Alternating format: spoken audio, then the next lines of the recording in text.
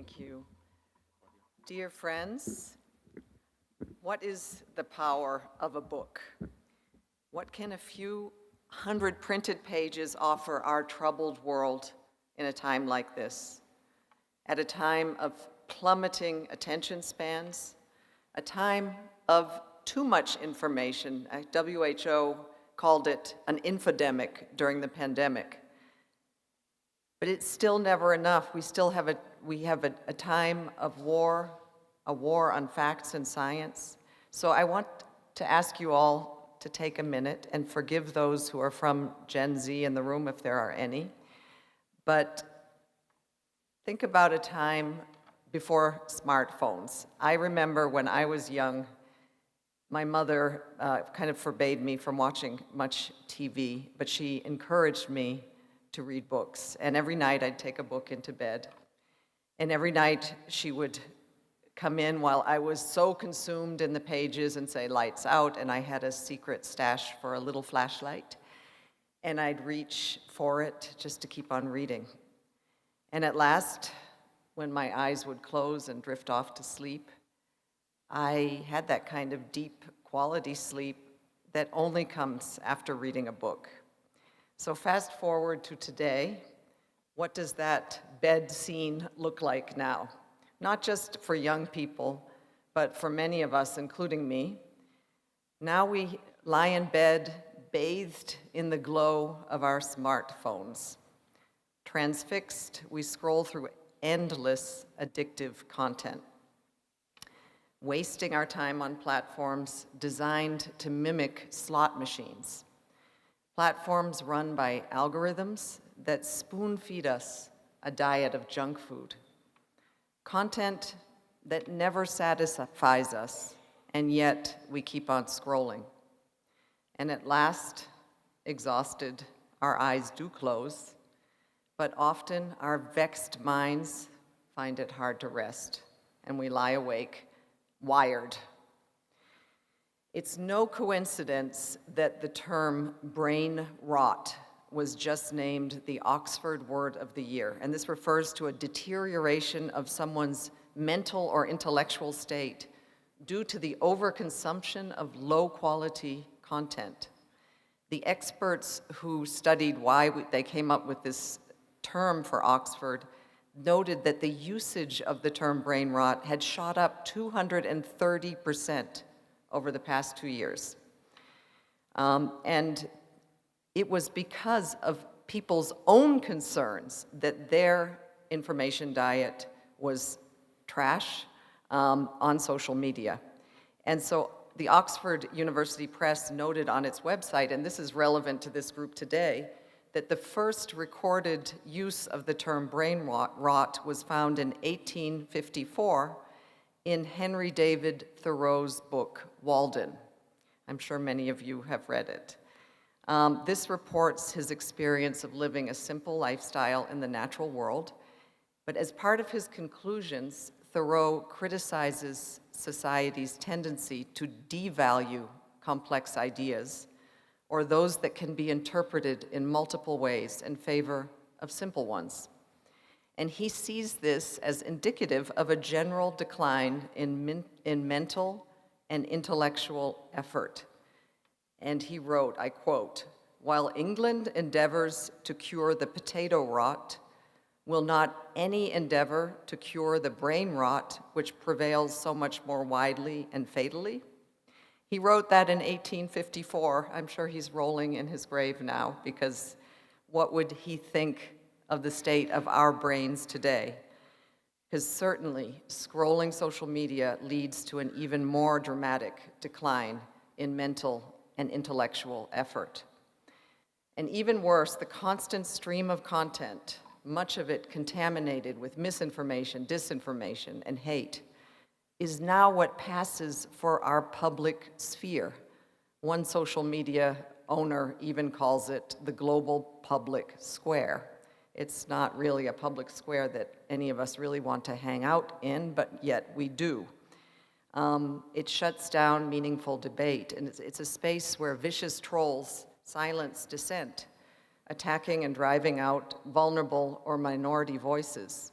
whether it's a young person bullied into despair or even suicide, a female leader bombarded with rape or death threats, or a climate activist attacked for speaking out on behalf of our planet. This as the platforms themselves have decimated or reduced their teams that work on trust and safety. And much of this content is being supercharged by generative AI, tools capable of creating misleading content at scale. Fake news sites, deepfakes, disinformation, so convincing, so personalized that even expert fact checkers are struggling to spot it in real time. And this, as a result, is eroding what is so precious in our societies and in democracies, and that is trust in institutions, trust in science, trust in the facts themselves. So no wonder so many people no longer know what to believe. At the United Nations, we have long been warning that this information ecosystem is toxic and that it is causing grave harm to our world. Digital platforms, in their current form at least, seem unwilling or incapable of serving us a nutritious diet, a diet of reliable, accurate, and timely content about the issues that matter to us, the kind of information we need to make meaningful decisions about our own lives and our futures. And this is seriously impacting our efforts at the UN and other people's efforts to make our world a better place. We have a vision at the UN, which is a world in which everyone can live in peace and in dignity and equality on a healthy planet.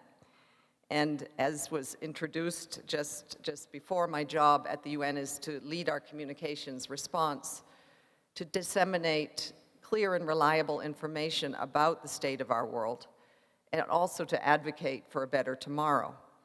But yet, meaningful change relies on support from a well-informed and engaged public, a public able to debate solutions, a public that can debate solutions because it agrees on facts. And after all, facts are the foundation upon which we build our shared reality.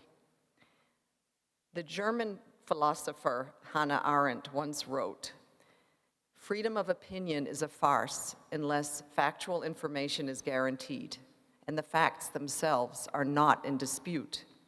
But as it stands now in our toxic information ecosystems, the facts are very much in dispute." This then is the power of a book in an age like ours. Books are our antidote. Libraries are sanctuaries. In an age where our minds are crying out for more nutritious information and more contemplation, crying out for a cure for brain rot. So what does that diet look like? It looks like nonfiction books that both entertain and educate, produced by ethical journalists and authors acting in the public interest, and printed by independent publishers exercising their full freedom to publish. This summer, we released a set of recommendations for healthy information ecosystems.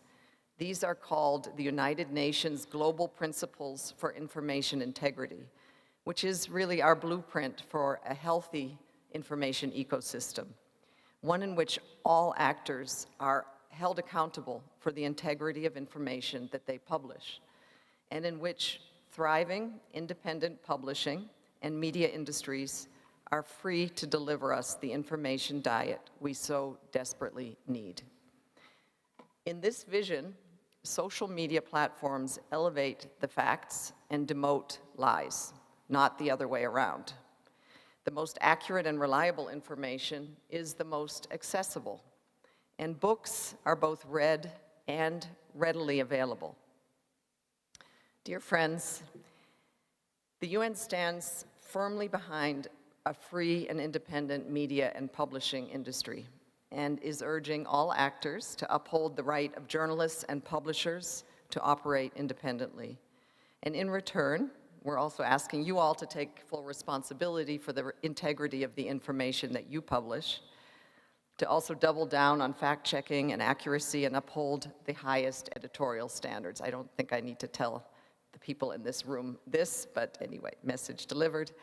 I know you want to avoid libel, but also for the sake of your own reputations and authors, but it's really important to help us restore our information ecosystems and our societies to health. So to come back to the original question, what is the power of a book in a time like this? I believe that books are nothing short of world-changing. And I'd like to tell you a personal story that illustrates what I mean. Back in 2015, I was working as the head of the United Nations Refugee Agency, UNHCR. And this was the time, you'll probably remember, when about 1 million refugees, mostly from Syria, arrived in Europe. And I got to witness the best of humanity in the warm welcome offered to them by ordinary citizens, posted everywhere on social media. But then something started to happen. Disinformation actors began spreading sensational lies about the newcomers. And as the months dragged on, our audiences began to get overwhelmed by the sheer scale of the crisis. People grew numb to the suffering of others. And it was around that time that I heard the saying, "Statistics are human beings with the tears dried off." Sure enough, the welcome soured, votes and policies became more hostile. And I knew that I had to change our ways of communicating. Not only did we need to cut through the overwhelming noise and numbing numbers, but we also had to counter the disinformation and help audiences relate to these vulnerable people who had risked everything to flee for their lives. And this is when I went on a quest for individual stories, to humanize those who were fleeing, to change the narrative. I wanted to tell a story that was compelling enough that it would not just educate audiences, but it would move them out of their apathy into action. And this is when I met a young Syrian refugee named Doa. She was driven by her home with her family by the brutal war, and she and her fiancé, Bassem, couldn't see a future where they were as refugees in exile. So they put their lives, like so many others, into the hands of ruthless smugglers and traveled across the Mediterranean Sea to Europe. Together with 500 others, they crammed into an old fishing boat. And after 4 days at sea, the boat sank. And many were killed instantly, particularly the children and the women under board. And others hung on to the wreckage to stay alive. Doa found a child's floating ring. She was a very petite young woman and managed to drape herself across this floating ring. And Bassem, her fiancé, clung onto her for 2 days and tried to survive. But he lost his fight with the sea, leaving Doa, who couldn't swim, alone, and looking after 2 little babies who were entrusted to her by their dying relatives. She sang and she prayed with them as they drifted another 2 days at sea, until at last they were rescued by a merchant vessel from their ordeal. And of the 500 people, only Doa and a handful of others survived, including one of those baby girls that she saved. So Doa's extraordinary survival story captured the world's imagination. And I wrote a book about her. It's called A Hope More Powerful Than the Sea, which has been published in more than a dozen languages. And I'm really happy that there's a young reader's edition, too, that is being taught in some US schools. It also, I had a related TED Talk as well, which people responded to with millions of views and thousands of sympathetic comments and questions about how could they help. And just to say that captivating human stories like Doa cut through the noise. It spoke to our emotions and illustrated a collective experience appealing to the best of our instincts. And so I tell you this not to talk about the success of this book, but to tell you about the success of storytelling, of using individual stories and compelling narratives to tell the stories that are so difficult for people to relate to.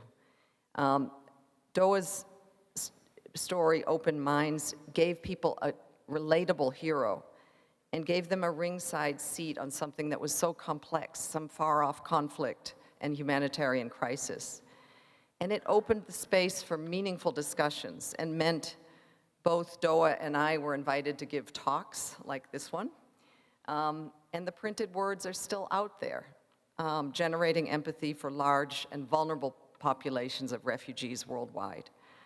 So in this coming year, as you consider titles for publication, I hope you'll remember the power of such a book in an age like this, and to prioritize books that will change the world for the better and restore trust in facts and science and institutions.